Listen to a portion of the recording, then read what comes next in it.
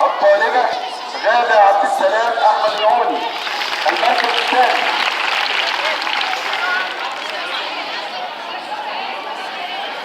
الطالب محمد السيد أحمد روح، المركز الرابع.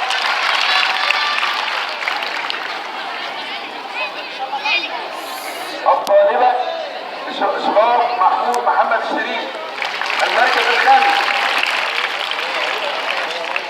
الطالبة حسناء منصور محمد الشريف، المركز الثالث.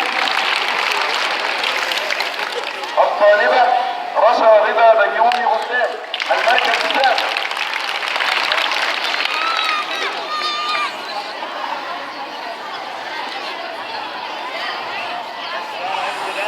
الطالبة عزة حلمي عبد العزيز التمنى، المركز الثاني.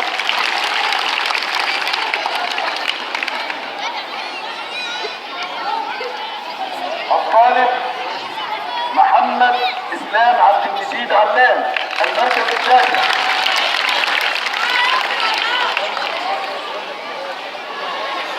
الطالبة اسماء حامد عبد الحميد الجنة، المركز العاشر.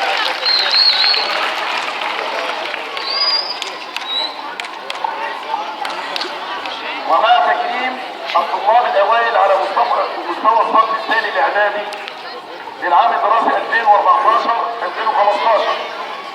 المركز الاول الطالبة رنا محمود حفظ الله العوني.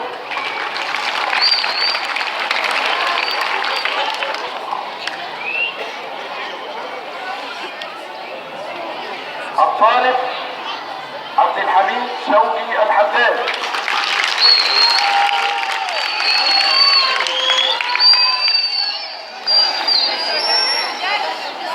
الطالب عبد الحميد شوقي الحداد، المركز الثاني.